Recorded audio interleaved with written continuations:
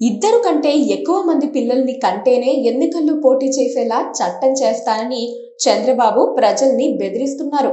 కుటుంబానికి 16 మంది పిల్లలు ఉండాలని, చిన్న కుటుంబాలు ఇప్పుడున్న పరిస్థితులకు సరిపోవని తమిళనాడు సీఎం స్టాలిన్ అంటున్నారు.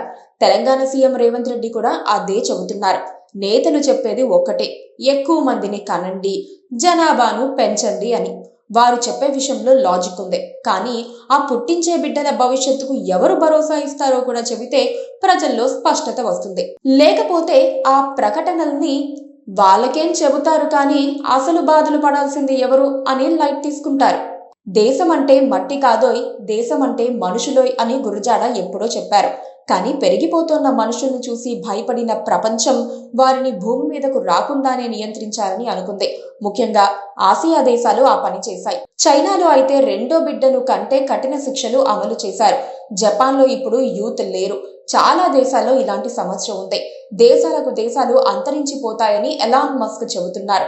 మన దేశంలో జనాభా నియంత్రణను పక్కాగా అమలు చేసిన దక్షిణాది అదే సమస్యలో ఇరుక్కుపోతోంది. మేలుకోకపోతే దక్షిణాది వృద్ధ ప్రదేశం అవుతుంది. జనాభాను నియంత్రించని ఉత్తరాదిదే రాజ్యం అవుతుంది. ఒకప్పుడు ఉమ్మడి కుటుంబాలు ఉండేవి. ఆర్థికంగా ఆధారపడేందుకు భూములు, వ్యవసాయం, ఇతర ఆదాయాలు ఉండేవి. ఇంటిల్లపాది కష్టపడి అందరూ తిని పుట్టిన పిల్లల్ని అందరూ చూసుకునేవారు. ఇప్పుడు అన్ని చిన్న కుటుంబాలే. పిల్లల్ని పోషించడం పెనుభారంగా మారింది. ప్రభుత్వాలు చెప్పకపోయినా ఒక్కరు చాలు అనుకుంటున్నారు. కాస్త ఆర్థికంగా పర్వాలేదు అనుకున్న వారే రెండో బిడ్డ వైపు చూస్తున్నారు. అందుకే జననాల రేటు తగ్గిపోతోంది. అంటే ప్రభుత్వం చెప్పిందని, దేశానికి భారం అవుతుందని పిల్లల్ని కనటం ఆపలేదు.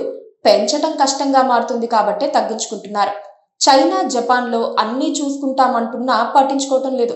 అక్కడ చైనా ఇప్పుడు మూడో బిడ్డను కంటే భారీగా బహుమతులు ఇస్తోంది.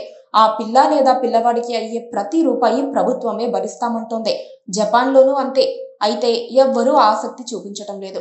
ఆయా దేశాల్లో అలా ఉంటే ఇండియాలో పిల్లల్ని కంటే కనీసం వ్యాక్సిన్స్ కూడా ఫ్రీగా వస్తాయో లేదో చెప్పలేని పరిస్థితి. విద్య, వైద్యం ఉచితంగా రాదు. ప్రతిదీ ఖర్చే. ఇలాంటి సమయంలో పిల్లల్ని కనేందుకు చంద్రబాబు, స్టాలిన్ పిలుపునిచ్చినంత మాత్రాన ఎవ్వరూ ముందుకు రారు. అంటే పిల్లల్ని కనాలంటే వారిని చూసుకునే సామర్థ్యం కూడా ప్రజల్లో పెరగాలి. అది ప్రభుత్వాల చేతుల్లోనే ఉంది. అది జరిగినప్పుడు వారు చెప్పాల్సిన పని లేకుండానే మనమిద్దరం, మనకు ముగ్గురు అని సులువుగా జంటగా పాడేసుకుంటాయి. Please subscribe to KTV Telugu. KTV Telugu. KTV Telugu. KTV Telugu channel.